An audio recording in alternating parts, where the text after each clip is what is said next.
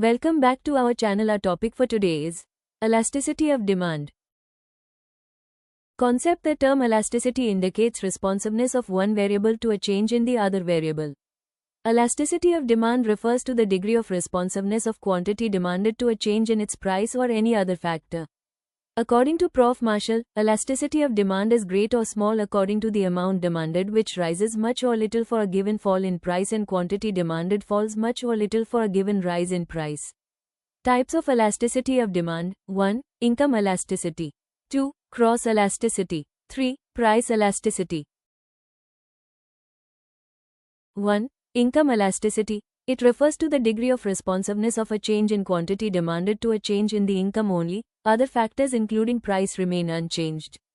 It is expressed as 2. Cross elasticity. It refers to a change in quantity demanded of one commodity due to a change in the price of other commodity, complementary goods or substitutes. 3. Price elasticity. According to Prof. Alfred Marshall, price elasticity of demand is a ratio of proportionate change in the quantity demanded of a commodity to a given proportionate change in its price only. Types of price elasticity of demand. Perfectly elastic demand. When a slight or zero change in the price brings about an infinite change in the quantity demanded of that commodity, it is called perfectly elastic demand. It is only a theoretical concept. For example, 10% fall in price may lead to an infinite rise in demand.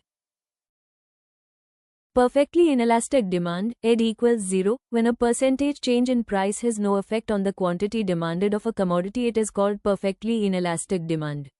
For example, 20% fall in price will have no effect on quantity demanded. Unitary elastic demand, ED equals 1. When a percentage change in price leads to a proportionate change in quantity demanded, then demand is said to be unitary elastic. For example, 50% fall in price of a commodity leads to 50% rise in quantity demanded. Relatively elastic demand, ED greater than 1. When a percentage change in price leads to more than proportionate change in quantity demanded, the demand is said to be relatively elastic. For example, 50% fall in price leads to 100% rise in quantity demanded.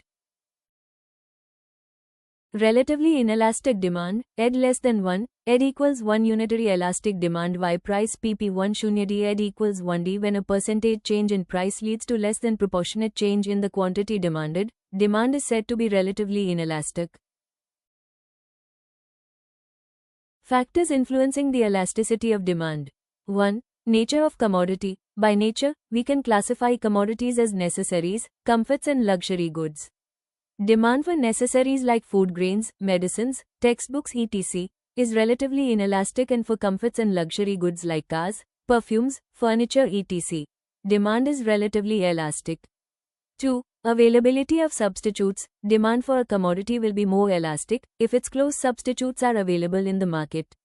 For example, lemon juice, sugarcane juice etc. But commodities having no close substitutes like salt, the demand will be inelastic. 3. Number of uses. Single-use goods have a less elastic demand. Multi-use goods have more elastic demand, for example, coal, electricity etc. 4. Habits. Habits make demand for certain goods relatively inelastic. For example, addicted goods, drugs etc. 5. Durability. The demand for durable goods is relatively elastic. For example, furniture, washing machine etc. Demand for perishable goods is inelastic. For example, milk, vegetables etc. 6. Complementary goods. The demand for a commodity which is used in conjunction with other commodities to satisfy a single want is relatively inelastic.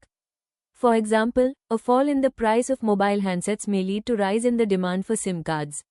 7. Income of the consumer. Demand for goods is usually inelastic if the consumer has high income. The demand pattern of a very rich and an extremely poor person is rarely affected by significant changes in the price. Thank you. If you found this video helpful, don't forget to like, share, and subscribe to our channel for more legal insights. See you in the next one.